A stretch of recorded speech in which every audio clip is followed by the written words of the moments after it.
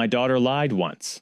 I chose to believe her, and in a moment of blind rage, I kicked my son out of our lives forever. 2 years later, as she lies in a hospital bed with her life hanging by a thread, the son I abandoned is the only person on this earth who can save her. I am Grant, and at 52, I thought I knew everything about honor and protecting my family here in Plano. That night, I didn't just slam the front door, I shattered the very foundation of my home. I can still see the look in my 18-year-old son Spencer's eyes, a mixture of pure terror and a betrayal so deep it should have stopped my heart. But it didn't. I was too busy listening to the sobbing lies of my 10-year-old daughter, Whitney. I told Spencer he was a monster. I told him I never wanted to see his face again, and I watched him disappear into the Texas heat with nothing but a backpack and a ruined reputation. For 730 days, we lived in a house of cards, pretending we were whole while my son was surviving on the streets of Austin, dying a little more every day because of us. Now, the tables have turned in the most cruel way imaginable. Whitney is fading, the doctors are out of options, and I have to find the man I destroyed to beg for a piece of his body.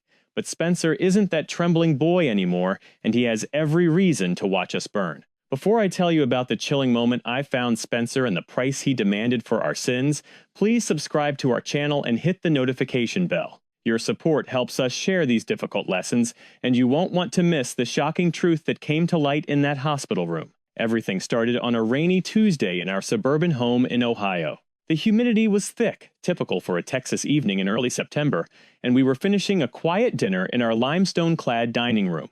My wife, Jolene Miller, had spent the afternoon preparing a pot roast, and for a while, the only sound was the clinking of silverware against fine china. Spencer sat across from me, his eyes tired from a long day of AP classes and football practice, while Whitney fiddled with her expensive smartphone, barely touching her vegetables. The tension began when Whitney announced she needed to go to the Willow Bend Mall to buy a limited edition designer hoodie that was dropping at 9 o'clock that night. Spencer looked up, shaking his head slightly, and told her it was too late for a school night and he wasn't going to drive her across town for a piece of clothing. I watched Whitney's face transform from a spoiled pout into something much sharper.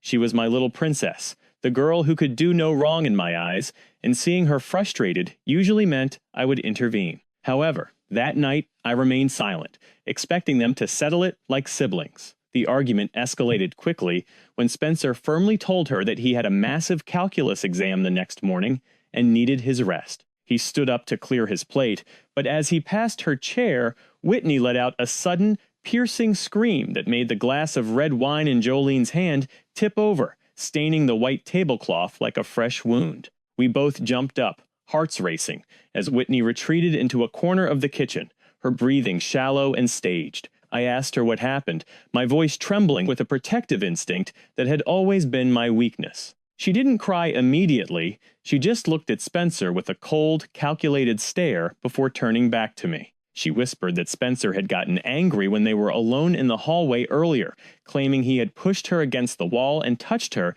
in a way that made her feel dirty and scared. My brain short-circuited the moment those words left her mouth. I didn't ask for evidence, and I didn't look for bruises.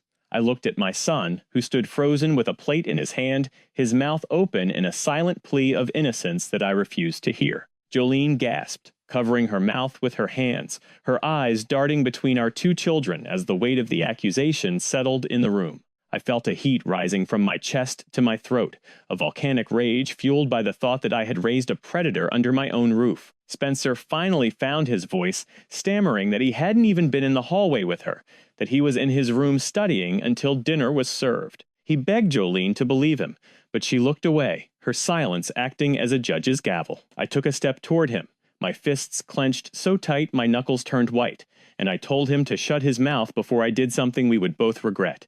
The air in the kitchen felt thin, suffocatingly hot, as Whitney began to sob into her hands, playing the role of the victim with a terrifying level of precision. The sound of the front door slamming shut felt like a guillotine dropping on our lives. I didn't give Spencer a chance to pack his belongings properly, nor did I allow him to grab his winter coat despite the uncharacteristic chill settling over Plano that evening. My hands were shaking with a violence I couldn't control as I grabbed a ragged duffel bag from the garage and began throwing whatever I could find from his closet into it. Books, half-folded shirts, and his expensive graphing calculator were shoved inside with no regard for their value. Every time he tried to step toward me, pleading for just 1 minute to explain, or for Jolene to look at the security camera footage from the hallway, I barked at him to stay back. I told him that he was no longer a son of mine, and that the very ground he stood on in my house was being defiled by his presence. Jolene stood by the kitchen island, her face a mask of pale horror, watching as I dragged the duffel bag toward the entryway. She didn't move to stop me, her maternal instincts seemingly paralyzed by the gravity of Whitney's staged sobs coming from the sofa. When Spencer reached for my arm, his eyes brimming with tears and his voice cracking as he called me Dad, I swung around and delivered a blow that I would replay in my nightmares for years to come.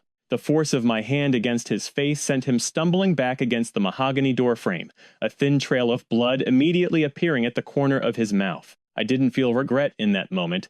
I felt a twisted sense of justice, believing I was purging an evil from my sanctuary. I grabbed him by the collar of his shirt and physically hauled him out onto the porch, the humidity of the night clinging to us like a heavy shroud. I threw the duffel bag down the front steps, watching it land in a patch of mud near the driveway.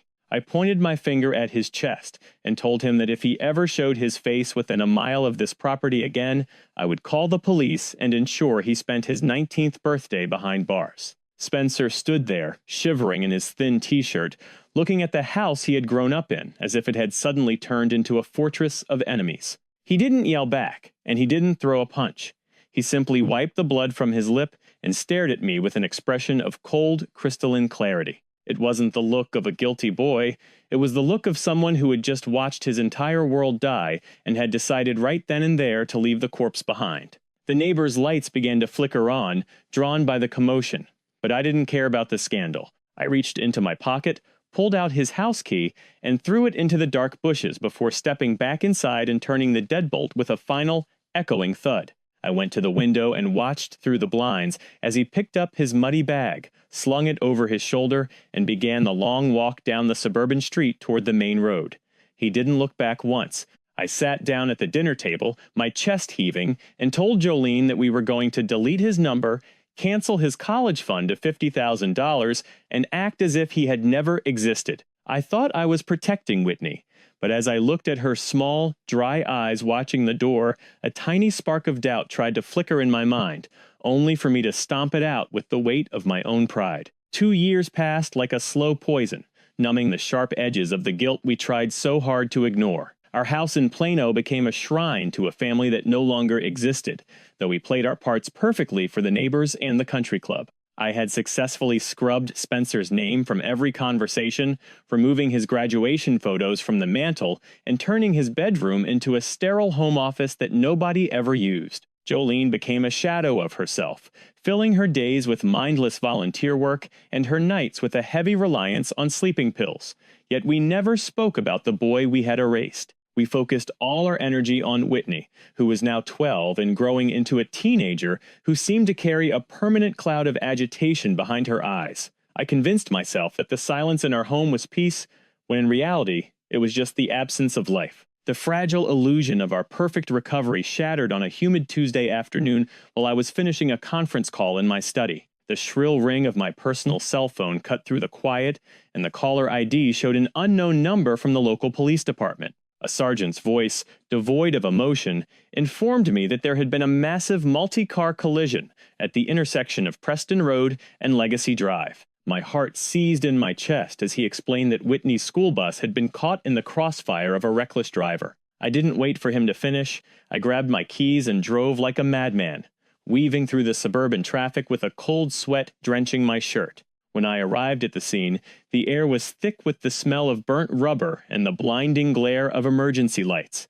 I found Jolene already at the hospital, collapsed in a plastic chair in the waiting room of Medical City Plano, her face the color of ash. The doctors finally pulled us into a small, windowless consultation room, and the lead surgeon didn't offer any comforting smiles. He told us that Whitney had suffered extensive internal trauma, including a severe crush injury to her lower abdomen that had caused her kidneys to fail almost instantly. She was being kept alive by a battery of machines, her body struggling against a rising tide of toxins that her own system could no longer filter. The surgeon was blunt about the reality of the situation.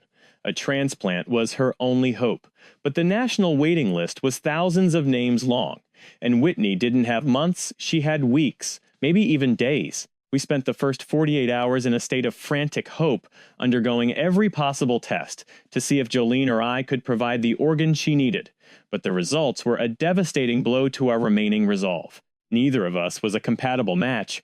My blood type was a rare mismatch, and Jolene's history of high blood pressure made her an ineligible donor. I sat by Whitney's bed, watching the rhythmic hiss of the ventilator and the translucent paleness of her skin, feeling a crushing sense of powerlessness. The doctor mentioned that a biological sibling would offer the highest probability of a match and the lowest risk of rejection, a statement that felt like a hot iron pressed against my soul. I looked at Jolene, and for the first time in 730 days, the name we had buried rose to the surface of our minds. The search for the son I had erased led me 3 hours south to the tech corridors of Austin, a journey that felt like a descent into my own personal purgatory. I didn't find him in a halfway house or a shelter, as my darker fears had predicted. Instead, the private investigator I hired for $2,000 pointed me toward a sleek, glass-fronted architectural firm near Lady Bird Lake. Walking into that building, I felt like a ghost haunting a world I no longer deserved to inhabit. I stood in the lobby, clutching a folder of Whitney's medical records, my hands trembling as I asked the receptionist for Spencer Miller. I expected to see the broken, bloodied boy I had kicked into the mud, but the man who stepped into the lobby 10 minutes later was a stranger carved out of granite. Spencer was taller now, his shoulders broader, and he wore a tailored navy suit that spoke of a success he had built without a single cent of my help. But it was his eyes that stopped my breath. They were cold, distant, and completely devoid of the warmth that used to greet me every evening. Beside him stood a woman with sharp, intelligent eyes and a protective stance that immediately put me on edge.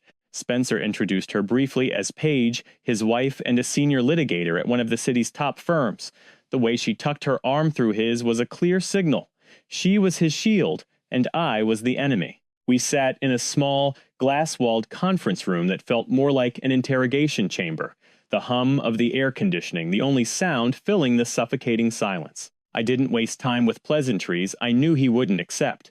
I laid out the dialysis reports and the surgeon's desperate notes on the polished mahogany table. I told him about the accident, the failed kidneys, and the ticking clock that was slowly draining the life out of his sister. I watched his face for a flicker of grief, a tear, or even a spark of anger. But there was nothing, only a terrifying, professional neutrality. Paige was the one who picked up the files, scanning them with a lawyer's precision before sliding them back toward me with a rhythmic click of her fingernails against the glass. She asked me, with a voice as sharp as a razor, why I thought Spencer owed anything to a family that had officially declared him dead 2 years ago. I turned to Spencer, my voice cracking as I begged him to remember the summers we spent at the lake or the way he used to protect Whitney when she was a toddler. I told him that despite everything, she was still his blood, and he was the only match that could stop the inevitable. Spencer finally leaned forward, the sunlight reflecting off his wedding band, and spoke for the first time since we sat down. He didn't raise his voice, but every word felt like a physical blow to my chest. He asked me if I remembered the $50,000 I had revoked, the nights he spent sleeping in his car during a Texas winter, or the Predator label I had branded him with in front of everyone we knew. He looked me straight in the eye and told me that blood didn't make, a family loyalty and belief did, two things I had discarded the second I closed the door on him. The sterile smell of the hospital corridors became my new reality after I returned from Austin, a broken man carrying the weight of my son's cold rejection. Whitney's condition had deteriorated overnight, her skin taking on a yellowish tint as the toxins continued to build up in her small, frail frame. I sat by her bed, holding her hand, which felt like a bundle of dry twigs, while Jolene stared blankly at the heart monitor's rhythmic green line. The silence in the room was suffocating, broken only by the occasional hiss of the oxygen machine. Whitney stirred in her sleep, her eyelids fluttering as she struggled against a fever that wouldn't break. She began to mumble, her voice a dry rasp that barely sounded human, whispering names and fragments of sentences that made the hair on the back of my neck stand up. As I leaned closer to moisten her lips with a sponge, Whitney's eyes suddenly snapped open, filled with a primal, lucid terror I had never seen before. She gripped my wrist with surprising strength and began to sob, not the staged, theatrical crying of 2 years ago, but a deep, guttural sound of a child who believed she was standing at the edge of an abyss. Between gasps for air, the truth spilled out of her like a dam bursting. She confessed that she had never been touched, that Spencer had never laid a hand on her in that hallway. She admitted that she had watched a drama series on her phone and copied the dialogue because she was furious that he wouldn't buy her that hoodie. She thought it was just a game, a way to get him in trouble, never imagining that I would actually throw him out into the street. I felt the world tilt on its axis, the floor beneath my feet seemingly turning into liquid. Jolene let out a strangled cry, her knees giving out as she collapsed against the cold linoleum floor, her hands over her ears as if she could block out our daughter's confession. Every memory of the last 730 days flashed before my eyes, like a series of car crashes. The blow I delivered to Spencer's face, the mud on his duffel bag, and the 2 years of silence we had enforced with such pride. I looked at Whitney, the princess I had protected at the cost of my firstborn soul, and for a fleeting second I felt a wave of revulsion that terrified me. We had dismantled a young man's life based on a tantrum, and we had done it with the efficiency of a firing squad. Desperate to fix the unfixable, I called Spencer's office and left a frantic, rambling message, weeping as I told him that Whitney had confessed everything. I waited by the phone for hours, praying for a callback, a sign of forgiveness, or even a shout of rage. Instead, I received a short, formal email 2 hours later. But it wasn't from Spencer, it was from Paige. She stated that Whitney's confession changed nothing regarding Spencer's medical decision. She wrote that the damage to his reputation, his mental health, and his future was already permanent, and that he would not be providing a reward for a truth that had arrived 2 years too late. As I read those words, I looked at the dying girl in the bed and realized that the greatest tragedy wasn't her failing kidneys. It was the fact that the truth had finally set us free, only to leave us wandering in a wasteland of our own making. Desperation drives a mother to pray, but it drives a man like me to do the unthinkable, even if it means destroying my son a second time. I sat in the hospital cafeteria, the fluorescent lights buzzing above my head like a swarm of angry hornets, and opened Facebook. My fingers were slick with sweat as I began to type a lengthy post on the Plano Community Voice Group, a digital town square with over 40,000 local members. I didn't write as a grieving father, I wrote as a manipulator. I shared a carefully cropped photo of Whitney, her face pale and sunken among the white hospital sheets, and I named Spencer Miller as the only match who could save her. I told the world that we had apologized, that the girl had confessed her childish mistake, and yet her brother was choosing to watch her die out of spite. I ended the post by asking the community what kind of monster could deny a piece of himself to his own dying sister. Within an hour, the digital mob I had invited began to roar. The notifications on my phone became a continuous, vibrating pulse of judgment and rage. People I hadn't spoken to in years, along with thousands of strangers from across North Texas, began to share the post, tagging Spencer's architectural firm and leaving scathing reviews on their business page. I felt a twisted sense of triumph as I watched the pressure mount, believing that if I could humiliate him enough, if I could make the world hate him as much as I once did, he would be forced to surrender his kidney just to survive the scandal. Jolene sat beside me, her eyes red and swollen, not protesting as I unleashed a wave of cyberbullying against our own flesh and blood. We were so blinded by the need to save Whitney that we didn't care if we burnt Spencer to the ground to do it. But I had underestimated the man Spencer had become and the woman he had married. 4 hours after my post went viral, a response appeared, but it wasn't a plea for mercy or a private message. It was a professionally produced video shared by Paige on her legal firm's official page.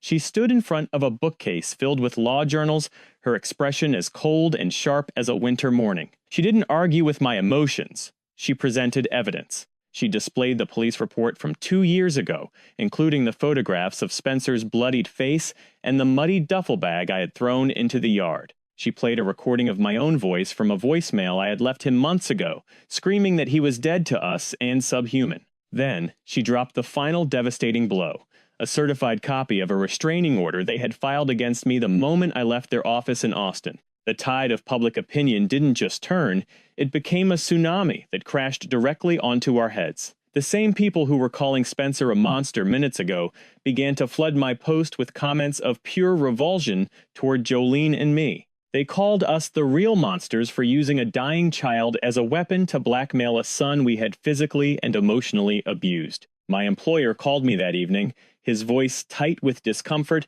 and told me that my personal legal drama was reflecting poorly on the firm's reputation and that they were placing me on indefinite unpaid leave. I sat in the dark hospital hallway, watching my life's work and my social standing evaporate in the glow of a smartphone screen. I had tried to play the hero card, forgetting that in the eyes of the law and the public, I was nothing more than a villain trying to harvest an organ from a victim I had already discarded. The heavy silence of the ICU was broken by the rhythmic, mechanical sound of Spencer's boots echoing against the linoleum floor. It was a sound I had prayed for. Yet when I saw him standing at the threshold of Whitney's room, my heart didn't leap with hope.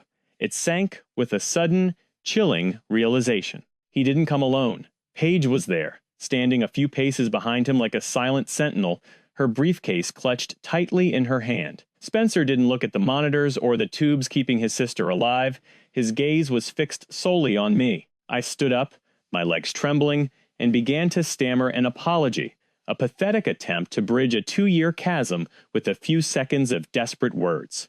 I started to tell him that we were a family again, that the truth was out, and that we could move past this nightmare if he would just sign the consent forms. Spencer stepped into the room, the dim blue light of the ventilators reflecting off his glasses.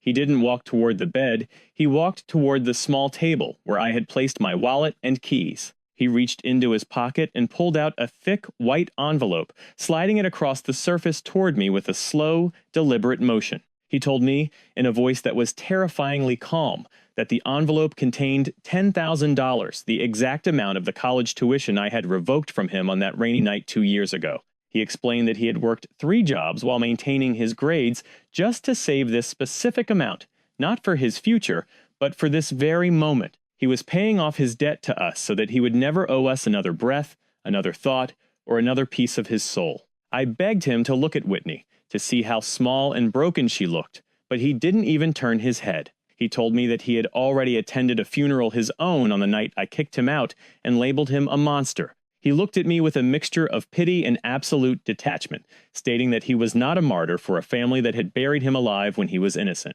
He told me that his kidney was not a currency for my redemption, and that he would not mutilate his body to fix a tragedy caused by my own pride and Whitney's malice. He whispered that I had taught him how to be cold, and now I was simply witnessing the success of my own teachings.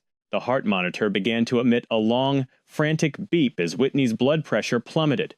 But Spencer didn't flinch. He turned his back on us, walking toward the door without a second glance. Paige placed a firm hand on his shoulder as they exited, leaving the $10,000 sitting on the table like a pile of worthless paper. I collapsed into the chair, clutching the envelope, as the doctors rushed in with a crash cart. I watched through the glass as they tried to revive the girl who had started the fire, while the son who had survived it disappeared into the night. Whitney died 20 minutes later, her hand still reaching for an empty space where a brother should have been, leaving me in a room filled with the smell of ozone and the weight of a debt that money could never settle. The aftermath of a lie is never just a memory. It's a graveyard where the living are forced to wander. 2 months after Whitney's modest and frigid funeral, the silence in our house in Plano became so heavy that it felt like it was crushing the very walls. There were no sympathy cards from the neighbors and no casseroles left on our doorstep. The video Paige released had ensured that we were social pariahs in our own community. I lost my position at the engineering firm permanently, as my name had become synonymous with a level of domestic cruelty that no corporate HR department could tolerate. Jolene and I lived like 2 ghosts in a museum of our own failures, avoiding each other's eyes because every time we looked at one another, we saw the face of the son we had betrayed and the daughter we had failed to raise with a conscience. Our marriage, already hollowed out by 2 years of denial, finally buckled under the weight of the verdict. Jolene filed for divorce in early spring, stating in the legal documents that she could no longer remain in a house that felt like a crime scene. She moved to a small apartment in Houston, leaving me alone in a 4-bedroom fortress that was now up for foreclosure. I spent my days packing boxes and my nights staring at the empty hallway where the lie was first told. I tried to search for Spencer one last time, not to ask for a kidney or a favor, but just to hear his voice. I found a new professional profile for him. He and Paige had moved to Seattle, starting a new life thousands of miles away from the toxicity of Texas. There was a photo of them at a park looking happy, healthy, and most importantly, free. He had changed his last name. He was no longer a Miller. I realized then that death does not always come with a flat line on a monitor. Sometimes it comes in the form of a closed door and a changed name. I had spent my life thinking I was a man of principles, but I was actually a man of pride, and that pride had cost me both of my children. One was in the ground, and the other was a stranger who would never tell his future children about the grandfather who chose a lie over his own son. As I loaded the last of my belongings into a rental truck, I left the envelope of $10,000 on the kitchen counter. It was a useless pile of paper that couldn't buy back a single second of the past. The lesson I learned was a bitter one. Trust is a fragile glass that, once shattered by those who are supposed to protect you, can never be glued back together, no matter how much blood or money you offer in return.